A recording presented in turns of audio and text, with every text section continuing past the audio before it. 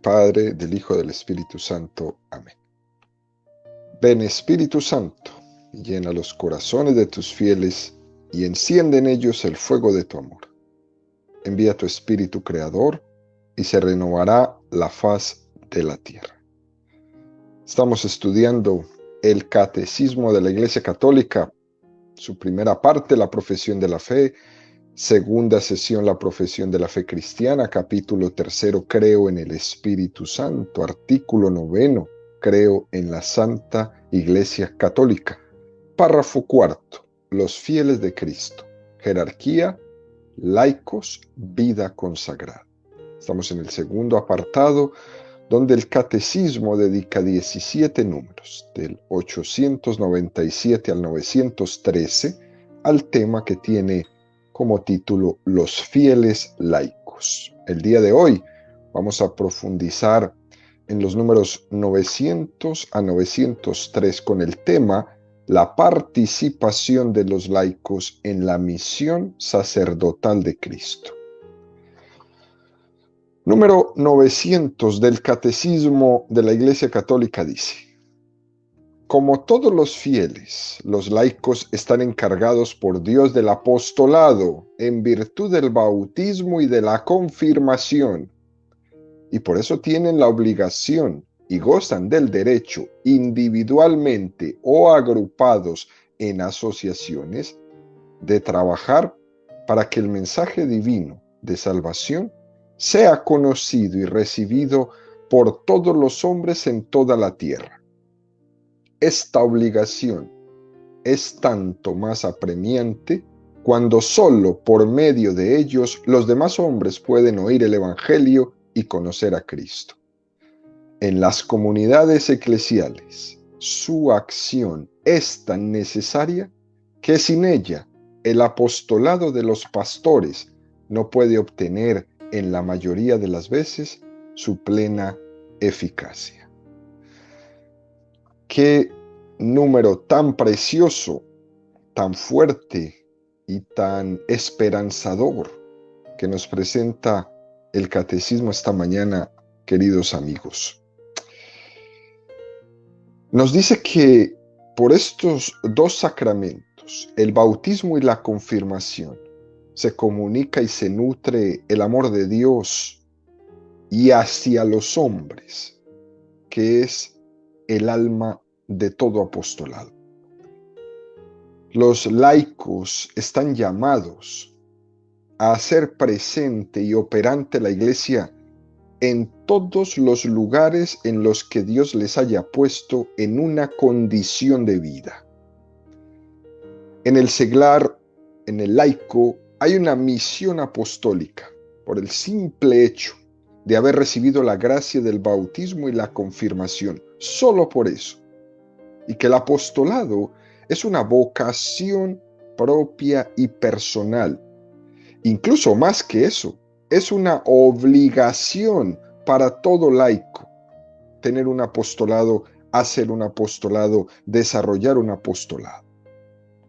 Debe realizarlo porque fluye de la fuente de la que él ha bebido, la fuente del bautismo. El Papa Pío XII y el Papa Juan XXIII hablan de esto como una colaboración de los seglares con la jerarquía de la Iglesia. Y hoy en día hay muchas formas por las que el Espíritu Santo ha ido floreciendo estos apostolados de los laicos.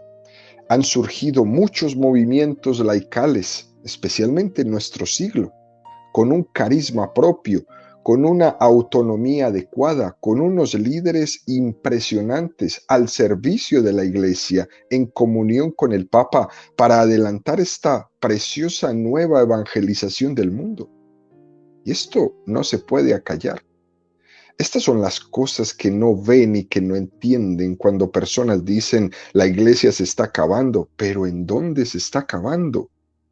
Si hay que ver estos grupos, si hay que ver estos carismas para quedarse uno cada vez más convencido que más viva no puede estar. Es lo que decía el cardenal Ratzinger, el Papa Benedicto XVI, ¿no? Que los movimientos de los laicos que han surgido en la Iglesia han sido el fruto más precioso del Concilio Vaticano II, ¿no? De hecho, el Papa Juan Pablo II ha sido un papa de los que más ha reconocido la existencia de estos movimientos de laicos como una forma de la presencia del Espíritu Santo muy, muy especial en nuestra iglesia. Esto hay que tenerlo claro, queridos amigos. De la misma forma que la iglesia, el papa, tiene una función universal para cumplir la evangelización del mundo, y no únicamente en su diócesis de Roma, también así los grupos y los movimientos eclesiales tienen esta perspectiva universal de llevar su carisma a todas partes. Es decir, por ejemplo, si el cursillo de cristiandad nació en una diócesis muy específica, pues no se ha quedado en esa diócesis, se ha expandido de una manera universal a todas las diócesis, no le pertenece a una en concreto, está en todas. O la renovación carismática católica, o el movimiento del Opus Dei, el Regnum Christi, tantos de cientos de miles de movimientos que existen en la iglesia. Esto nos introduce, queridos amigos, al número 901 que dice: los laicos consagrados a Cristo y ungidos por el Espíritu Santo están maravillosamente llamados y preparados para producir siempre los frutos más abundantes del Espíritu. En efecto, todas sus obras, oraciones, tareas, la vida conyugal y familiar, el trabajo diario, el descanso espiritual y corporal, si se realizan en el Espíritu, incluso las molestias de la vida, si se llevan con paciencia, todo ello se convierte en sacrificios espirituales agradables a Dios por Jesucristo, que ellos ofrecen con toda piedad a Dios Padre en la celebración de la Eucaristía, uniéndolos a la ofrenda del cuerpo del Señor. De esta manera, también los laicos, como adoradores que en todas partes llevan una conducta sana, consagran el mundo mismo a Dios. Si el número pasado era precioso, este es bellísimo. Fijémonos cómo dice esto. Un número tomado prácticamente del Concilio Vaticano II, que está resumiendo la vocación sacerdotal de consagración a Dios de toda nuestra vida. Muchos de nuestros radioescuchas tendrán la costumbre en las mañanas de hacer el ofrecimiento de obras. Hay una oración del ofrecimiento de obras muy hermosa, ofrecimiento de nuestro apostolado. Dice: ven Espíritu Santo, inflama nuestros corazones en las ansias redentoras del corazón de Cristo, para que ofrezcamos nuestras personas y obras en unión con Él por la salvación del mundo. Señor mío y Dios mío Jesucristo, por el corazón inmaculado de María, yo me consagro a tu corazón y me ofrezco contigo al Padre. En tu santo sacrificio del altar, con mi oración y mi trabajo, sufrimientos y alegrías de hoy, por la redención del mundo y para que venga a nosotros tu reino. Esta oración de ofrecimiento es la clave de esa misión sacerdotal que todos los seglares tenemos. En el fondo, se trata de hacer un ofrecimiento, de hacer todo lo que llevamos en nuestras manos, alegrías, sufrimientos, triunfos, fracasos, nuestro trabajo diario, nuestro descanso, todo es un ofrecimiento sacerdotal. Y le llamamos sacerdotal porque lo propio del sacerdote en el Antiguo Testamento es ofrecer sacrificios agradables a Dios. ¿Qué es lo agradable a Dios?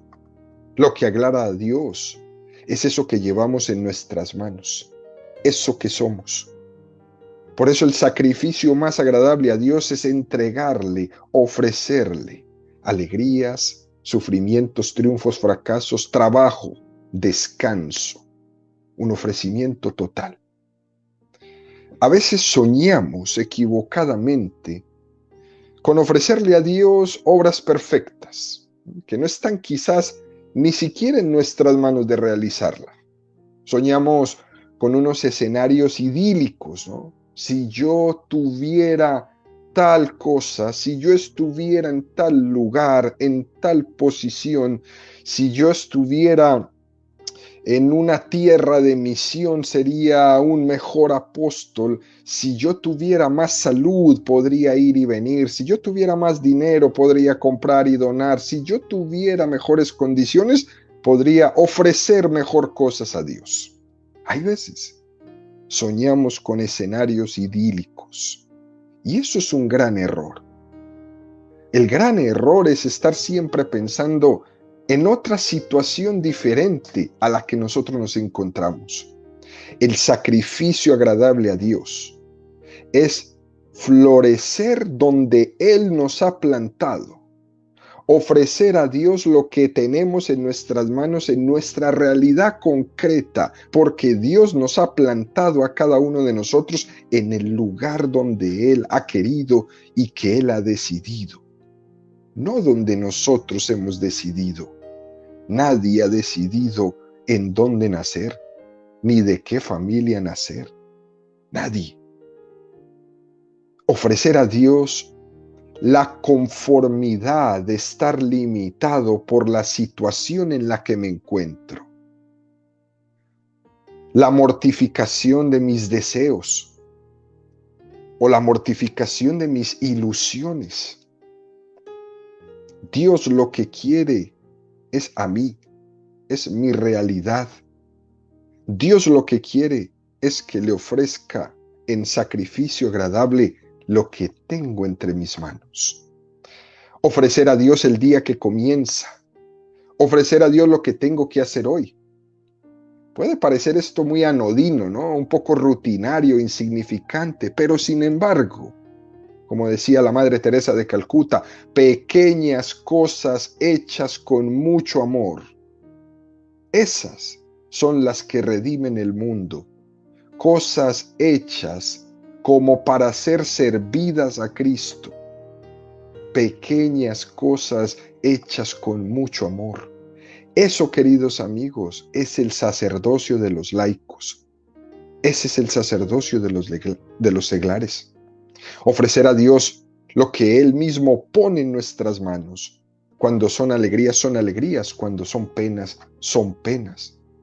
Cuando alguien no hace una ofrenda a Dios de sus alegrías, sus éxitos se convierten en perdición, porque usted, al no ofrecerlo, se está apropiando como si fueran suyos. Cuando alguien no ofrece a Dios sus penas, sus sufrimientos y sus dolores, le da tantas vueltas que entra en la melancolía. A Dios hay que ofrecerle todo. Los sufrimientos se ofrecen, las alegrías se ofrecen, para que se unan a la cruz redentora de Cristo. Hay algunos pasajes en la Sagrada Escritura donde esto se refleja. Señor, los sacrificios no te satisfacen. Si te ofreciera un holocausto, no lo apreciarías. Mi sacrificio es un espíritu quebrantado, un corazón quebrantado y humillado. Tú no lo desprecias. ¿De qué le serviría que alguien dijera, voy a ofrecer a Dios determinado sacrificio, si resulta que no acepta su vida, que no acepta sus limitaciones, que no acepta su situación? No le está ofreciendo nada a Dios, nada. ¿De qué le serviría que una persona ofrezca a Dios determinadas mortificaciones? Pero si no acepta su vida, si no hace un ofrecimiento a Dios de su realidad, si no confía en Dios, ¿de qué le sirve que ofrezca a Dios algo? Por tanto, queridos amigos, los sacrificios, mortificaciones, renuncias que ofrecemos a Dios, y está muy, muy bien que lo hagamos, tienen que ser, para que sean verdaderos y auténticos, tienen que ser expresión de la aceptación de nuestra vida con sus limitaciones y el ofrecimiento a Dios del día a día y de todo aquello que nos ocurre, todo lo que nos ocurre. Este es el sentido de cómo los laicos ejercen su misión sacerdotal.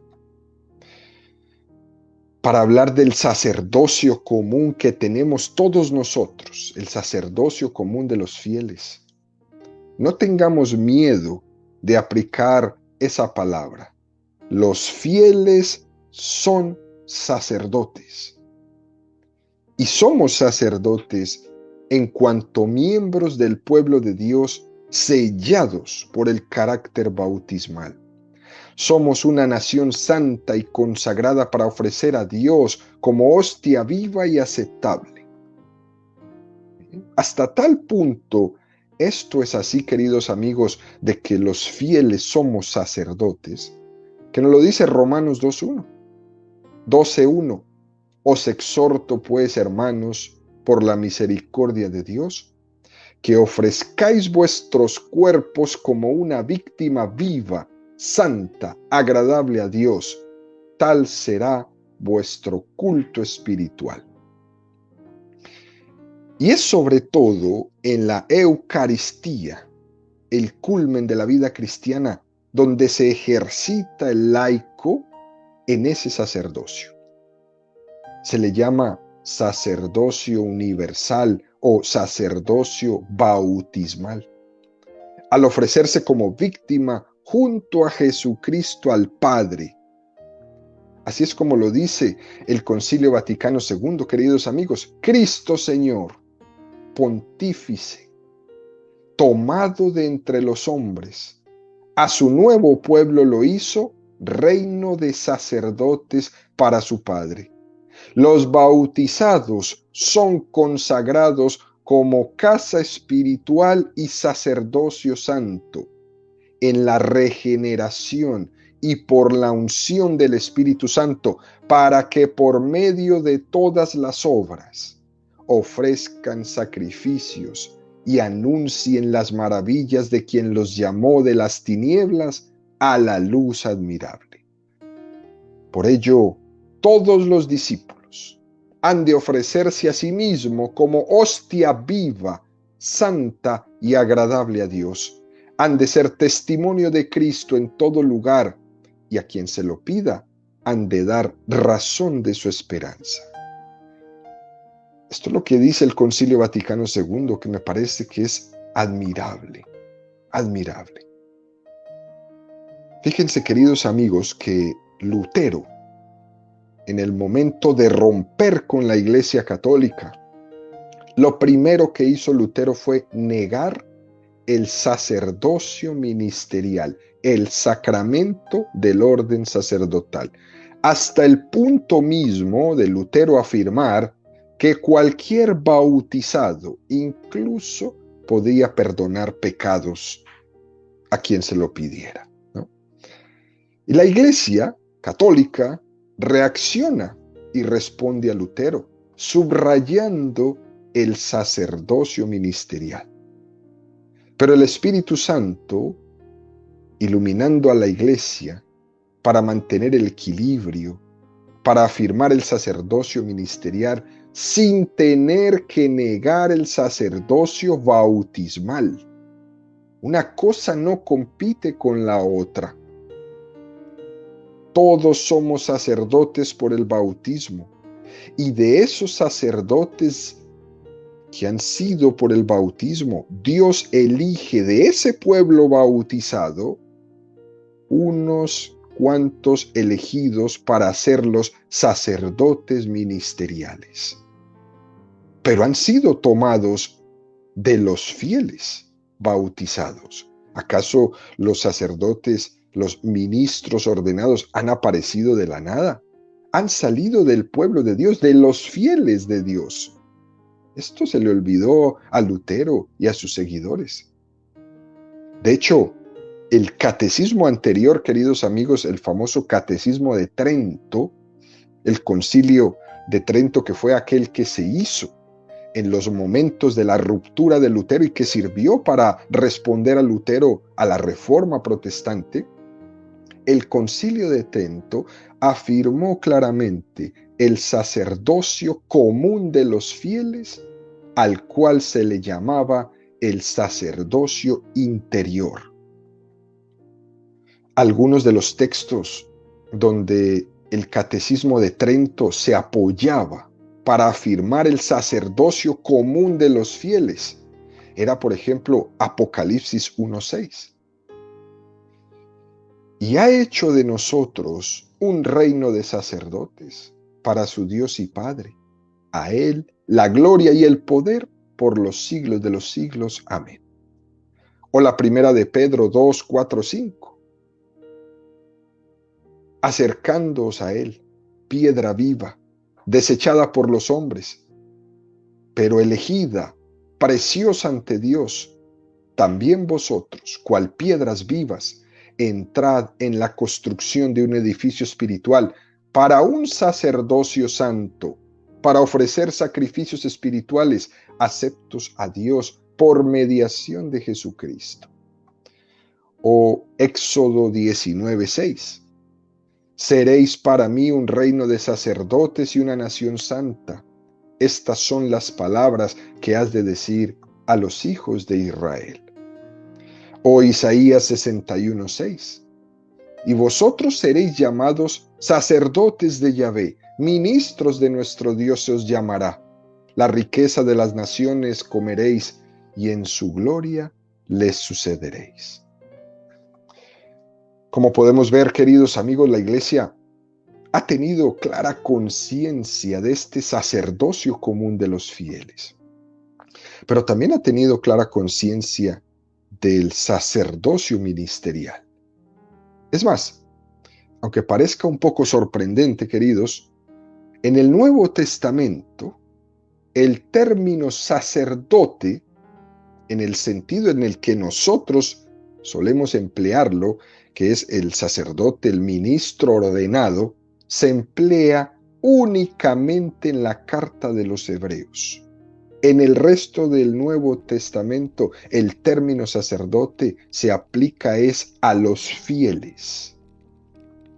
El término correcto para expresar el ministro ordenado era presbítero o episcopo al obispo.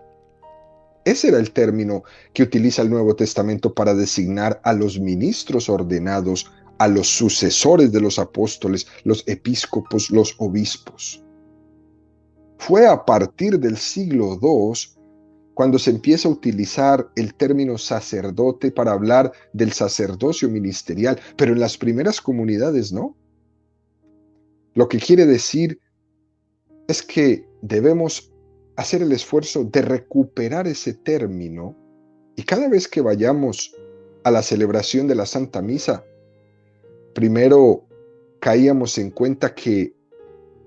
cuenta que no vamos a escuchar misa, sino que vamos a celebrar la Santa Misa y vamos a ofrecer ese sacrificio de Cristo en el altar, uniendo ese sacrificio con nuestros sacrificios personales, los ofrecemos a Dios, porque somos sacerdotes y ofrecemos sacrificios.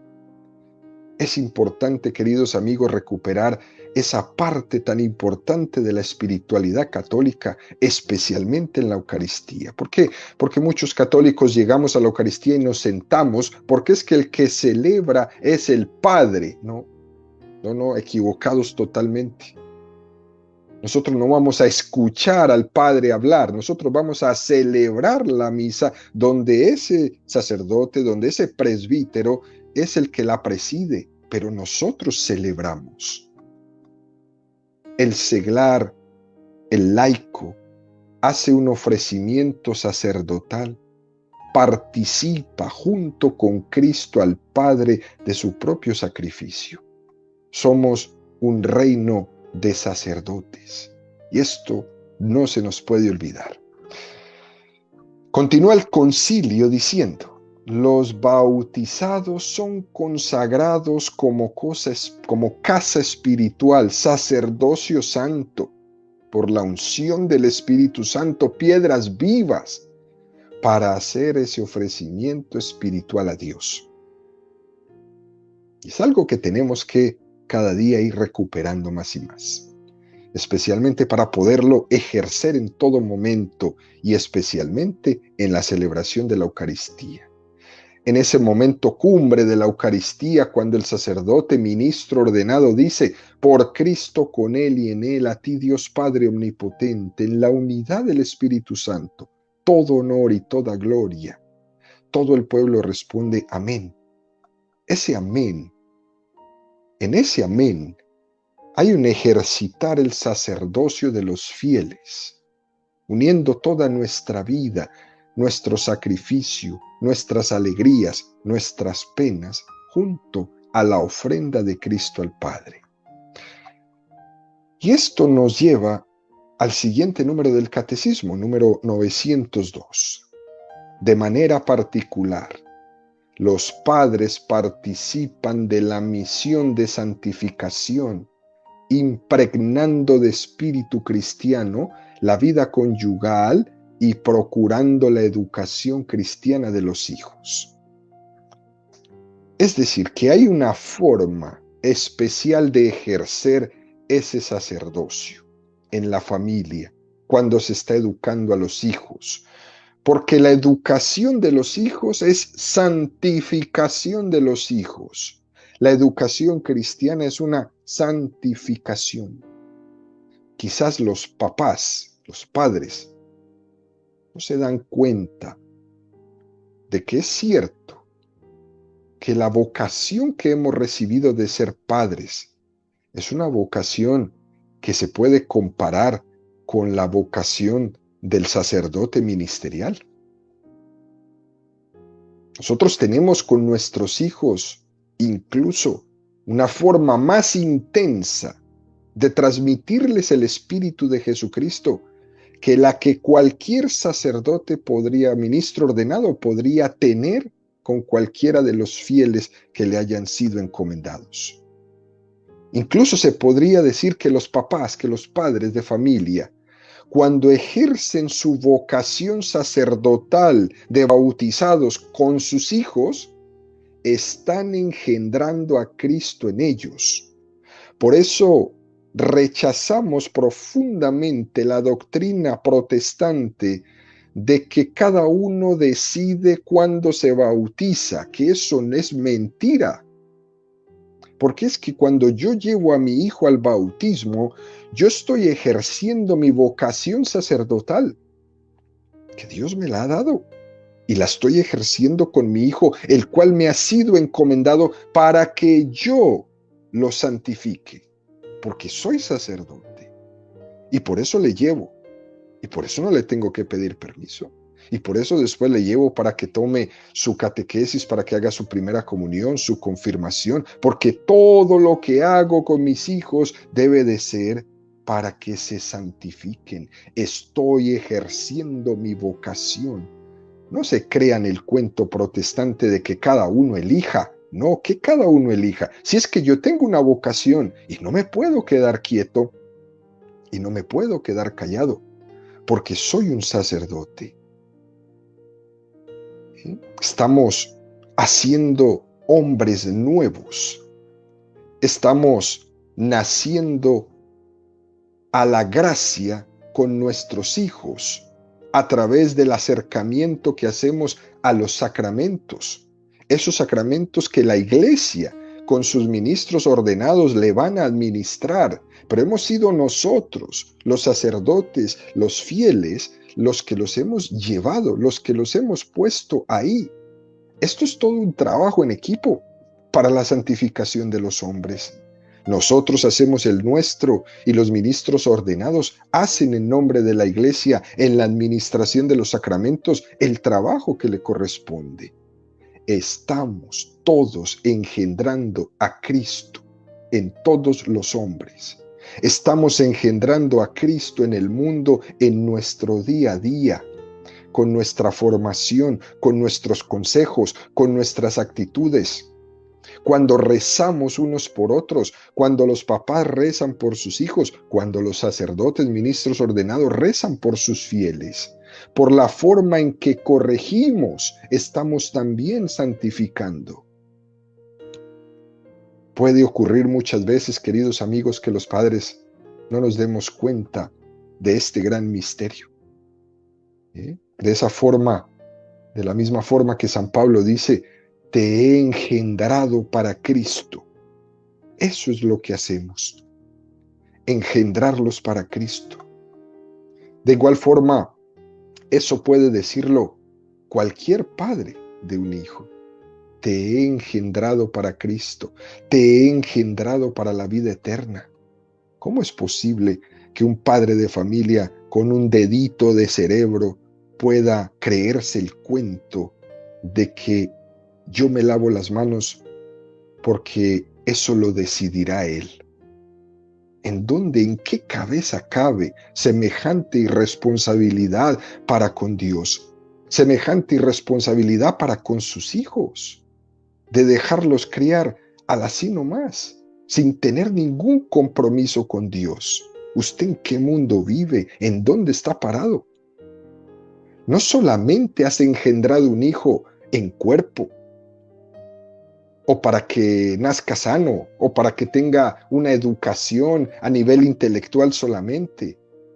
Un padre cristiano, más que el cuerpo y más que el intelecto, también quiere que su hijo sea santo por encima de todo.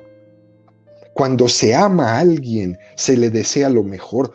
Cuando se ama a alguien, no se le deja a la deriva ahí tirado. Ya tú verás a ver qué decides. Eso no es amor. Lo mejor que se le puede desear a alguien es desearle a Dios, es desearle lo bueno. Por eso una de las formas de ejercer el sacerdocio común de los fieles es engendrar a Cristo en los hijos, siendo nuestra tarea principal el orar y esforzarnos porque ellos sean santos.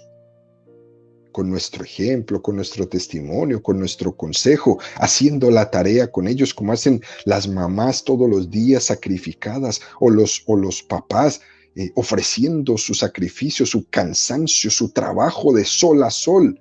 Estamos ofreciendo y estamos santificando a los nuestros. También en la catequesis, con los niños, el catequista está engendrándolo en Cristo, el catequista está aplicando perfectamente esto que nos enseña el concilio y que nos enseña el catecismo.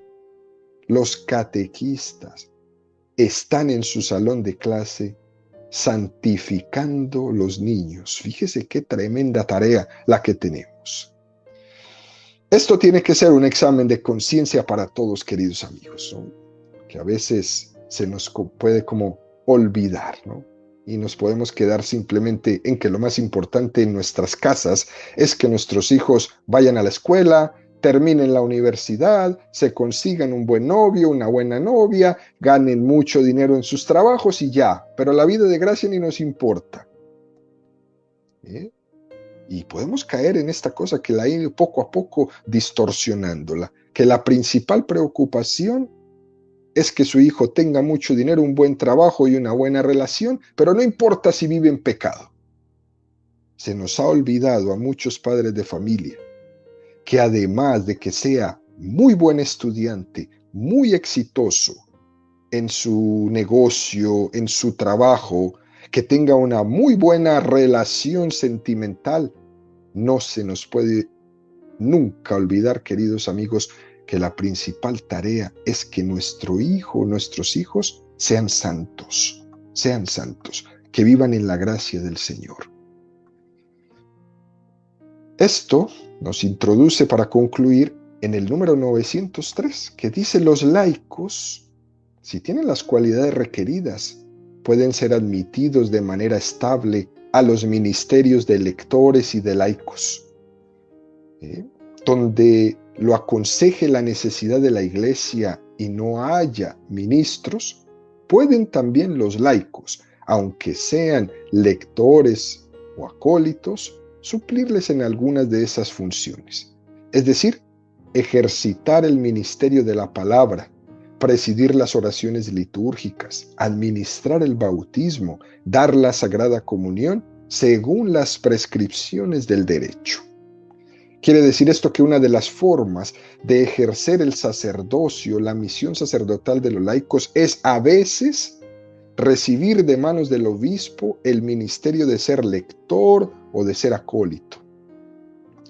Esto viene en ayuda para los ministros ordenados, especialmente en comunidades que son muy grandes, o para ayudar en la misión de distribuir el cuerpo de Cristo cuando se le da este nombramiento a un laico como ministro extraordinario de la Sagrada Eucaristía. También es importante. Incluso en la administración del sacramento, a falta de un sacerdote en un momento de emergencia, al laico también se le permite ejercer su sacerdocio común para bautizar en caso de extrema emergencia a una persona. Esto es importante. Esto es importante. Pero tenemos que poner mucho cuidado de no convertir esto que es extraordinario en algo que sea lo ordinario, ¿no? Somos ayudantes de ese sacerdocio ministerial por nuestro sacerdocio común como fieles. Pero estamos ahí para colaborar. Este número del catecismo, queridos amigos, hace esa aplicación muy concreta de ese sacerdocio común de los fieles laicos.